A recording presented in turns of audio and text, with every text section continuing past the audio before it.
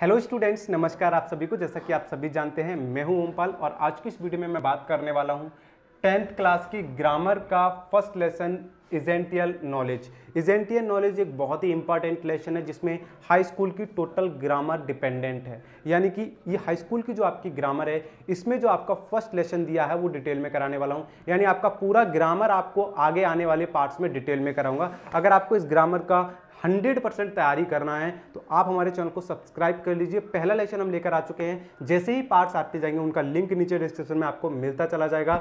आपको बस तैयारी करना है स्कूल की अच्छी तरीके से। तो पहला जो लेसन है इजेंटियल नॉलेज, इसमें आपको कुछ 11 पॉइंट्स हैं। पॉइंट नंबर 1 जो है वो है letters and words, phrase and clause, sentences, kinds of sentences, parts of speech के बाद आपका नॉन फाइनाइट्स वर्ब काइंड्स, और उसके बाद active and passive voice, phrasal verbs, forms of verbs, इसके बाद प्रीपोजिशंस। यानी आपको यहाँ पर 11 पॉइंट्स दिए हुए हैं। इन 11 पॉइंट्स की आपको स्टडी कराऊंगा बारीकी से विद एग्जाम्पल के साथ। इसके अलावा साथियों आपको एक इंपॉर्टेंट नॉलेज देना चाहूँगा। वो इंपॉर्टेंट नॉलेज कुछ इस प्रकार है कि आप अगर हमारे कोर्स को ज्वाइन करना चाहते हो, और कोर्स को मैं आपको बता देता हूँ, क्लास 10th का जो कोर्स है, क्लास 10th का कोर्स आपको पता है सीबीएसई बोर्ड पर आधारित है और टोटल लेसन्स चेंज हो चुके हैं आपके इंग्लिश रीडर के। टोटल लेसन डिफरेंट है और आपको प्रैक्टिस करना बहुत ज़रूरी है 2022 में अच्छे मार्क्स को लेकर आने के लिए। तो जो हमारा कोर्स है वो क्लासेस शुरू होने वाले हैं कुछ ही समय में, आपको बस ज्वाइनिंग लेना है। इनमें आपको 3 चीज़ें कराई जाएंगी आपके पेपरों से 3 महीने पहले से। क्या? नंबर 1 आपको यहाँ पर प्रैक्टिस क्या कराई जाएगी? प्रैक्टिस। और प्रैक्टिस में आपको टेस्ट पेपर्स दिए जाएंगे, बहुत सारे टेस्ट पेपर्स जो कि ऑनलाइन रहेंगे। टेस्ट पेपर्स का मतलब आप समझते हो कि आप जो है इसमें एक्टिव पैसिव वॉइस बनाते हो, ठीक है, डायरेक्ट इंडायरेक्ट बनाते हो, रीऑर्डर बनाते हो, ठीक है। तो उनका जैसे एक रीऑर्डर रखा होगा यहाँ पर, उसके नीचे ABCD 4 ऑप्शन रखे होंगे, कोई एक ऑप्शन राइट होगा जिस पे आपको क्लिक करके प्रैक्टिस करना है। मतलब प्रैक्टिस सेट्स आपके होंगे वो active passive voice, multiple choice, meanings, word, one word substitution, सभी के प्रैक्टिस सेट्स आपको 50-50 क्वेश्चंस के लगभग आपको मिलेंगे यहाँ पर प्रैक्टिस करने के लिए, पहली चीज़। दूसरा, आपको यहाँ पर सारे लेसन्स हिंदी में मिलेंगे। लेसन्स, सारे लेसन समझ लीजिएगा पहले, फिर हम स्टार्ट करते हैं इधर वाला चैप्टर। सारे लेसन्स आपको हिंदी में मिलेंगे। आपको पता है नया लेसन नए लेसन्स आ चुके हैं, पुराने वाले सारे खत्म हो चुके हैं, बस एक लेसन पुराना रह चुका है, बाकी सब न्यू लेसन है, सबका हिंदी आपको मिलेगा। नंबर थर्ड में आपको लाइव क्लासेस मिलेंगे। मतलब ये 3 चीज़ें आपको यहाँ पर प्रोवाइड की जाएंगी हमारे इस कोर्स में। इस कोर्स को ज्वाइन करने के लिए आपको कुछ नहीं करना है, सिंपली आपको 550 रुपये खर्च करना है। आपका पेपर से 3 महीने पहले ये कोर्स स्टार्ट हो जाएगा और इसमें आपके लिए जो एक नीचे लिंक दिया है, इसी वीडियो के नीचे डिस्क्रिप्शन में हमारे ऐप का लिंक दिया है, हमारा अपना ऐप जिसको आपको डाउनलोड करना है और उसी ऐप पर आपको जो है ये कोर्स ज्वाइन करना है। कैसे ज्वाइन करना है? अगर आपको कोई भी दिक्कत आता है तो डिस्क्रिप्शन में मोबाइल नंबर भी दिया है, आप मेरे लिए कॉल कर सकते हो, मैं आपको बताऊंगा आपको कैसे ज्वाइन करना है। तो आप हमारे कोर्स को ज्वाइन करके मात्र 550 रुपये में, वरना इसका कॉस्ट है 999, लेकिन अभी इसको सस्ता कर दिया गया है। तो आप चाहते हो तो इसमें ज्वाइन करके हमारे साथ जुड़ सकते हो। पेपर से पहले बहुत बढ़िया तरीके से स्टडी आप कर सकते हो ताकि 99% नंबर आपका अच्छा आए। तो चलिए स्टार्ट करते हैं आपका हमारा ये लेसन जिसका नाम है इजेंटियल नॉलेज। तो साथियों हमारा जो लेसन है इसमें सबसे पहले नंबर पे है लेटर्स एंड वर्ड्स। ये हमारा पहला लेसन है जिसमें हम आपको, आप अपनी ग्रामर को लेके बैठिएगा, आपको एज इट इज़ आपका ग्रामर में क्या लिखा हुआ वो टोटल हम आपको बताते हैं। तो सबसे पहला जो है इसमें आपका लिखा हुआ है इजेंटियल नॉलेज में लेटर एंड वर्ड्स। और लेटर एंड वर्ड जो है वो बहुत ही इंपॉर्टेंट टॉपिक है। इसमें आपको सबसे पहले बारीकी नॉलेज जानने को मिलती है कि लेटर क्या होते हैं। A+M प्लस A+N, ये होता है अमन और इसको लिखते हैं हम अमन, ठीक है। यानी अमन और अमन ये दोनों शब्द हैं, ठीक है। वहीं पे आता है अमन इज अ बॉय। मैं आपको समझा रहा हूँ बहुत ही सरल भाषा में। मैंने एक चीज़ लिख दी यहाँ पे, अमन जो A+A+A बना हुआ है, मतलब A+M प्लस लग के बने हुए हैं, ये सारे के सारे लेटर्स हैं। क्या चीज़ है? लेटर्स। ध्यान रखना लेटर हमेशा अलग अलग होता है, अकेला होता है, प्लस लग जाए तो लेटर बन गया है। और वहीं आपको A to Z जो होता है पूरा A to Z, ठीक है, A to Z में सारे 26 लेटर्स होते हैं तो उनको ही लेटर बोला जाता है। वहीं लेटर को मिलाकर, लेटर को अगर जोड़ दिया जाए तो वो एक वर्ड बनता है। क्या बनता है? लेटर को जोड़ने के बाद एक वर्ड बनता है, ठीक है। वर्ड मतलब आप समझते हो कि कुछ लेटर्स को मिलाकर एक वर्ड बनना जिसका एक अपना प्रोनाउंसिएशन हो, जिसका एक अपना आंसर हो, ऐसा वर्ड बनाना ही जो है लेटर के बाद वर्ड बनता है। और वर्ड जो होता है उसके बाद बनता है सेंटेंस। यानी कि लेटर प्लस वर्ड को मिलाकर जो बनता है वो बनता है सेंटेंस। जैसे हमने लिखा अमन इज अ बॉय, तो अमन एक वर्ड है, इज एक वर्ड है, आ एक लेटर है और बॉय एक वर्ड है। तो वर्ड प्लस लेटर को मिलाकर क्या बन गया, एक सेंटेंस। तो जो छोटी सी नॉलेज है वो यही है कि जो आपका वर्ड्स और लेटर्स है, लेटर का मतलब अलग अलग अक्षर, वर्ड्स का मतलब एक ऐसा अक्षर जिसमें अपना एक ऐसा जो है शब्द जिसमें अपना अर्थ निकलता हो, सेंटेंस का मतलब एक ऐसा सेंटेंस जो पूर्ण भाव प्रकट करता हो, किसी के बारे में बताता हो। तो तीनों चीजें समझ में आ गई, लेटर्स को मिलाकर वर्ड बनते हैं, वर्ड को मिलाकर सेंटेंस बनता है। तो यही इसमें नॉलेज देने की कोशिश की गई है। ठीक है, पहली चीज तो हमारे ये समझ में आ गया। हमारा दूसरा जो है वो है फ्रेज एंड क्लॉज। अब हम ये देखते हैं आपका फ्रेज एंड क्लॉज क्या कहती है, बहुत ही विस्तार से और आराम से। देखिए कॉपी लेके बैठिएगा ताकि आपको प्रॉपर तरीके से हमारा लेसन समझ में आए और कोई भी आपको प्रॉब्लम नहीं आने वाली हो। तो यहाँ पे फ्रेज एंड क्लॉज जो दूसरा टॉपिक है हमारा, इसमें सबसे पहले नंबर पे आपको जो दिया है वो दिया है फ्रेज। फ्रेज क्या है तो चलिए हम समझ लेते हैं फ्रेज क्या है। ठीक है, फ्रेज क्या है, फ्रेज को हम पहले समझ लेते हैं। तो यहाँ पर जो फ्रेज को बताया गया है, फ्रेज जो बताया गया है, और फ्रेज में कहा गया है शब्दों का वह समूह है जिसमें फाइनाइट वर्ब ना हो, अर्थात जिसका भाव तो हो किंतु जिसमें पूर्ण भाव व्यक्त ना हो। अब फाइनाइट वर्ब ना हो इसका मतलब क्या होता है, देखिए फाइनाइट वर्ब जो होती है वो फाइनाइट वर्ब आपको अभी आगे जानने को मिलेंगी। सिंपल सा आप मतलब समझ लीजिए, फाइनाइट वर्ब को एमबी या एचबी बोला जाता है। ठीक है, या तो एचबी फाइनाइट वर्ब हो सकती है या एमबी फाइनाइट वर्ब हो सकती है। ठीक है, एमबी और एचबी को ही फाइनाइट बोला जाता है, ये ध्यान रखना, मैं आगे स्पष्ट कर दूंगा आपको क्लियर तरीके से समझाने के लिए। तो फ्रेज क्या होता है, वह समूह होता है जिसमें फाइनाइट वर्ब नहीं होती है। फाइनाइट वर्ब नहीं होती, आपने पढ़ा होगा जैसे ऑफ गोल्ड, सोने का, इसमें कोई वर्ब तो नहीं है, एमबी तो नहीं है कोई भी, ना एच भी है, तो लेकिन सोने का इसका एक अपना अर्थ है लेकिन पूर्ण भाव प्रकट नहीं कर रहा है। तो यहाँ पे एक एग्जाम्पल के साथ हम आपको बताते हैं। देखिए ऑफ गोल्ड, ये यहाँ पर एक एग्जाम्पल है ऑफ गोल्ड। मैं आपको एज इट इज आपका बुक का बता रहा हूँ, एज इट इज आपको आपकी बुक का बता रहा हूँ ताकि आपको कोई प्रॉब्लम ना हो। तो यहाँ पर जो है ऑफ गोल्ड मतलब सोने का, मतलब कोई भी चीज़ जो है वो सोने की है, सोने का। ठीक है, कोई भी चीज़ है सोने की है या सोने का है। तो यहाँ पर जो है कोई एमबी दी है, नहीं दी है, कोई एचबी दी है, नहीं दी है, इनको ही फाइनाइट बोला जाता है। तो जिनमें फाइनाइट वर्ब नहीं दिया होता है लेकिन अर्थ तो होता है, वो पूर्ण नहीं होता, उनको हम बोलते हैं फ्रेज।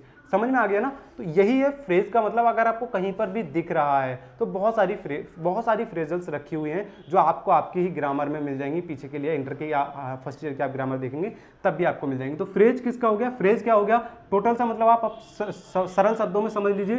फ्रेज का मतलब होता है कि ऐसा कोई शब्द जिसमें अर्थ तो दिया हो लेकिन पूर्ण भाव प्रकट ना हो, लेकिन उसमें एमबी और एचबी दोनों में से कोई भी ना हो, यानी उसमें जुड़े हुए कोई भी फाइनाइट वर्ब या नॉन फाइनाइट वर्ब ना हो, उसी को हम फ्रेज बोलते हैं।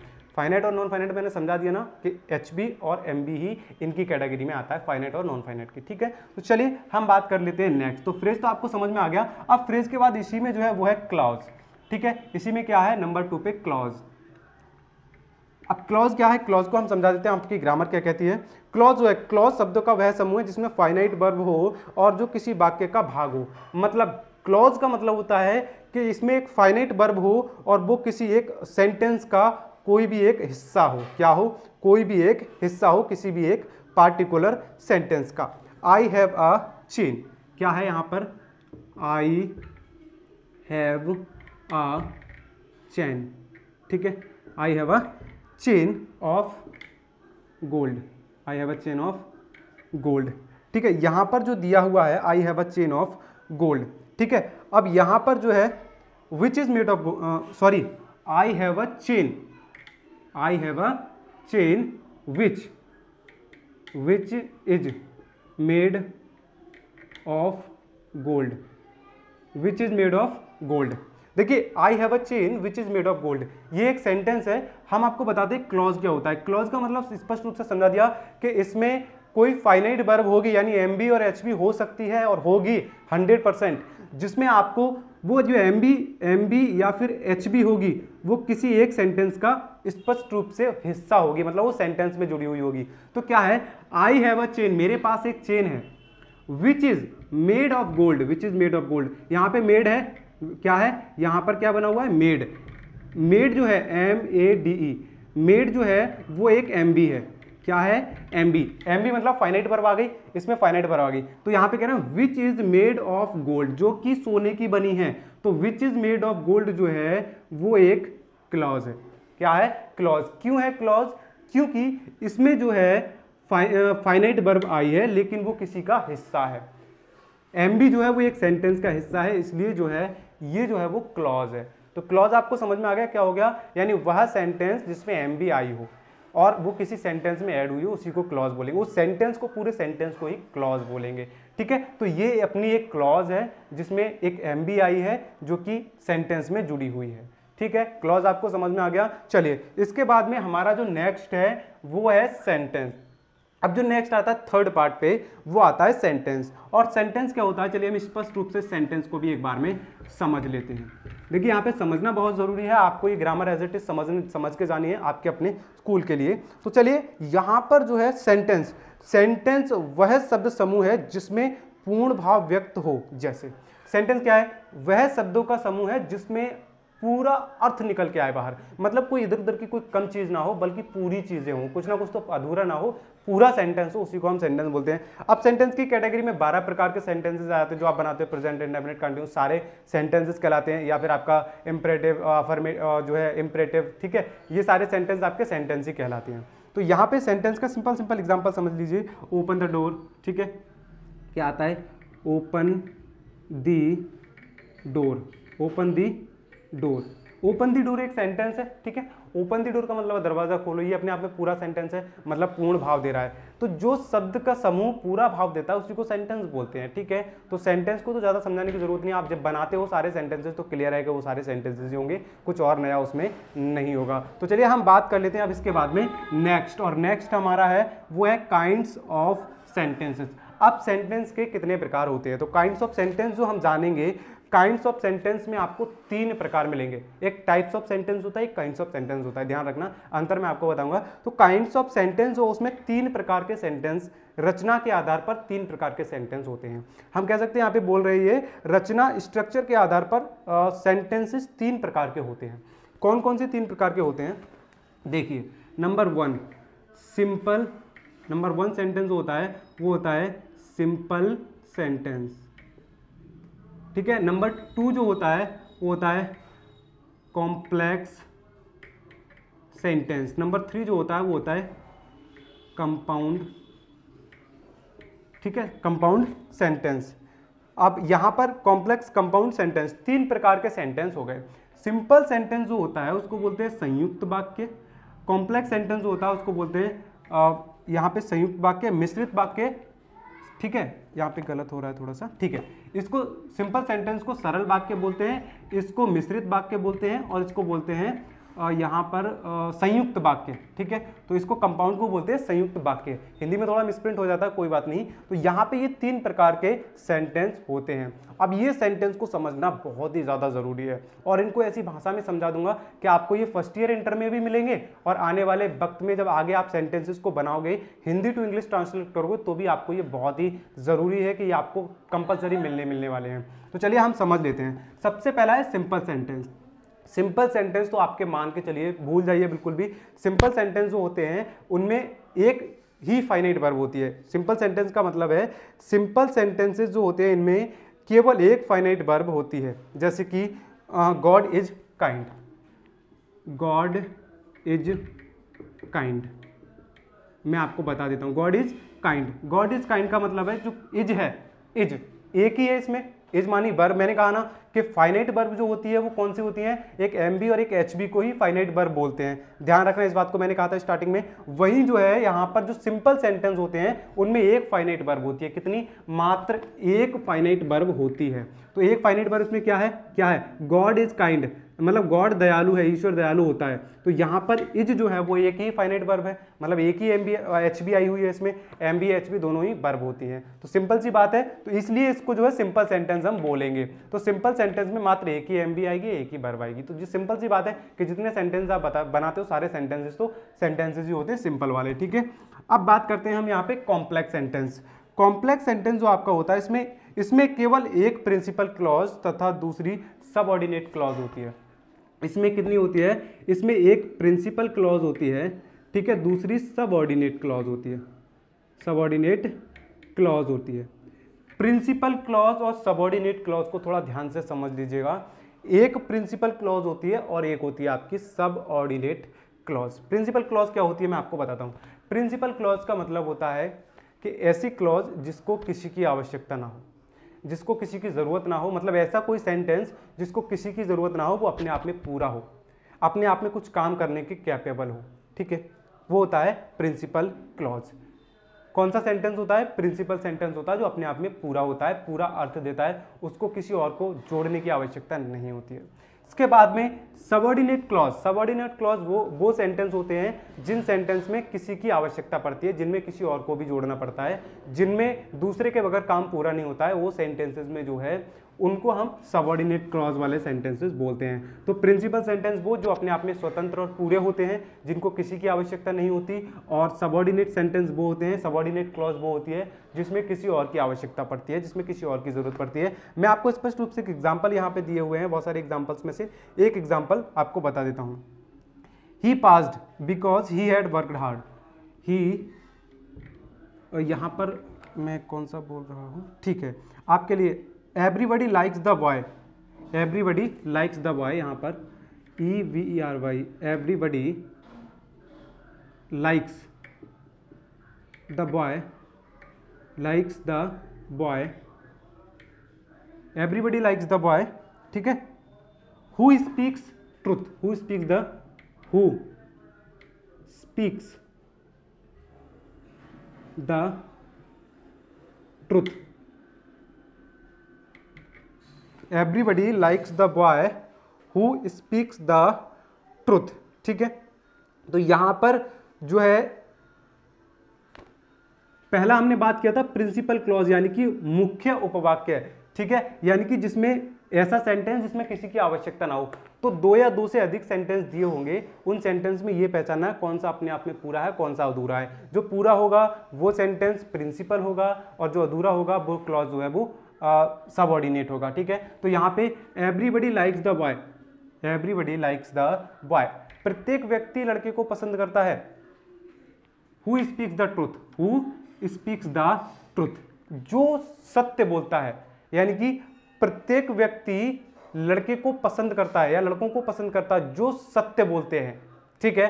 तो यहां पर एवरीबडी लाइक्स द बॉय, प्रत्येक व्यक्ति लड़के को पसंद करता है, ये अपने आप में पूरा है, इसको किसी की आवश्यकता तो नहीं है, सब जानते हैं कि प्रत्येक व्यक्ति लड़के को पसंद करता है, तो वो ये सेंटेंस तो अपने आप में पूरा है। तो ये जो सेंटेंस हुआ वो हो गया प्रिंसिपल, कौन सी क्लॉज हो गई? Principal clause. वहीं सबऑर्डिनेट क्लॉज होती है वो होती है हु स्पीक्स द ट्रुथ, जो सच बोलता है। कौन सच बोलता है? कोई ना कोई तो प्रश्न उठ रहा है भाई, यानी किसी ना किसी की तो आवश्यकता है, और जहां पे किसी ना किसी की आवश्यकता है उसको हम बोलेंगे सबऑर्डिनेट क्लॉज, यानी कि कौन सा सेंटेंस जो अपने आप में अधूरा है वो सेंटेंस सबऑर्डिनेट क्लॉज कहलाता है। तो पहला प्रिंसिपल क्लॉज हो गया, दूसरा सबऑर्डिनेट क्लॉज हो गया, कंफर्म वाली बात हो गई, ठीक है। तो यहां पर कौन सा कॉम्प्लेक्स सेंटेंस में दो या दो से अधिक फाइनाइट वर्ब होती हैं। इसके अलावा आपको यहाँ पर एक प्रिंसिपल क्लॉज और एक सबऑर्डिनेट क्लॉज मिलती है। तो प्रिंसिपल क्लॉज आपको समझ में आ गई क्या होती है, सबऑर्डिनेट क्लॉज भी आपको समझ में आ गई कि वो डिपेंडेंट क्लॉज होती है, ठीक है, यानी कि दूसरे की आवश्यकता उसको पड़ती है, डिपेंडेंट क्लॉज बोलते हैं। इसके अलावा हम बात कर लेते हैं नेक्स्ट, और वो जो नेक्स्ट है ये है कंपाउंड सेंटेंस। कंपाउंड सेंटेंस में भी बस थोड़ा सा अंतर है। कंपाउंड सेंटेंस जो है इसमें आपको क्या मिलता है, देखिए हम आपको बताएं। कंपाउंड सेंटेंस अगर आप इसको बनाओगे, कॉम्प्लेक्स सेंटेंस को बनाओगे, तो इनमें अलग अलग क्लॉज से बनता है, जैसे नाउन क्लॉज, एडजेक्टिव क्लॉज और एडवर्ब क्लॉज का यूज करके बनते हैं, जो कि आपको इंटर और फर्स्ट ईयर में जानने को मिलेंगे, ठीक है। अभी स्पष्ट रूप से बात करते हैं अब नेक्स्ट, और नेक्स्ट होता है यहाँ पर आपका कंपाउंड सेंटेंस।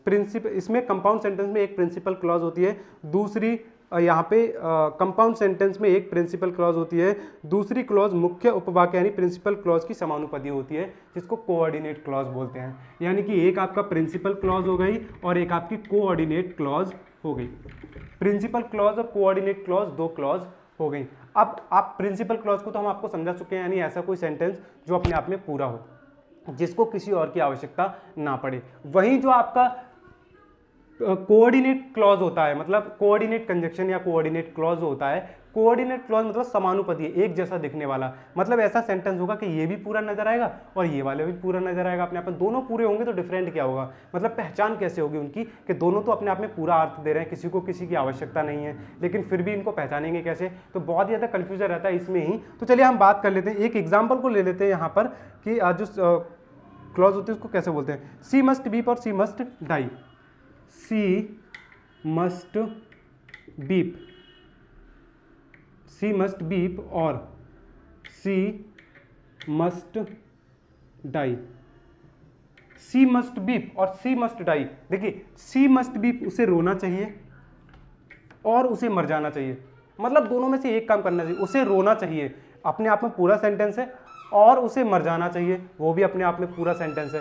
उसे मर जाना चाहिए, उसे रोना चाहिए, दोनों सेंटेंस अपने आप में पूरे हैं। इसका मतलब क्या हुआ कि ये जो है इसमें यही पहचान में नहीं आ रहा था कि कौन सा सेंटेंस प्रिंसिपल मानेंगे। अब क्या भाई कौन सा सेंटेंस हम प्रिंसिपल मानेंगे, तो यहाँ पे देखिए ये भी पूरा है और ये भी पूरा है अपने आप में, तो दोनों सेंटेंस पूरे नजर आ रहे हैं। तो अब प्रिंसिपल सेंटेंस कौन सा माना जाएगा, कोऑर्डिनेट यानी कि कोऑर्डिनेट क्लॉज कौन सा माना जाएगा, तो वहाँ पे कंफ्यूजन है।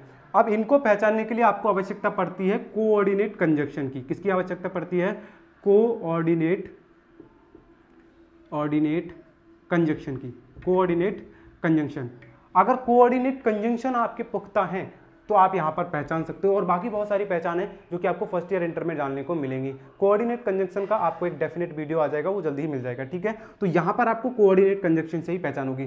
तो आपको समझ में आ गया कंपाउंड क्या होता है। कंपाउंड सेंटेंस कौन से होते हैं, वो सेंटेंस जो अपने आप में पूरे नजर आते हैं, दोनों तरफ पूरे नजर आएंगे, यानी कि वो सिर्फ कोऑर्डिनेट कंजंक्शन से जुड़े हुए होंगे, उनकी यही पहचान होती है। और बहुत सारी पहचान होती है, इनका सेपरेट वीडियो आपको मिल जाएगा। तो डेफिनेटली आपको समझ में आ गया, सिंपल सेंटेंस मात्र एक फाइनाइट वर्ब होती है, कॉम्प्लेक्स सेंटेंस में एक प्रिंसिपल क्लॉज और एक सबऑर्डिनेट क्लॉज होती है, कंपाउंड सेंटेंस में एक प्रिंसिपल क्लॉज और एक कोऑर्डिनेट क्लॉज होती है। तो आपको समझ में आ गया ना तीनों सेंटेंसेस के बारे में। चलिए अब हमारा ये चैप्टर फिनिश होने के बाद में नेक्स्ट आता है पार्ट्स ऑफ स्पीच।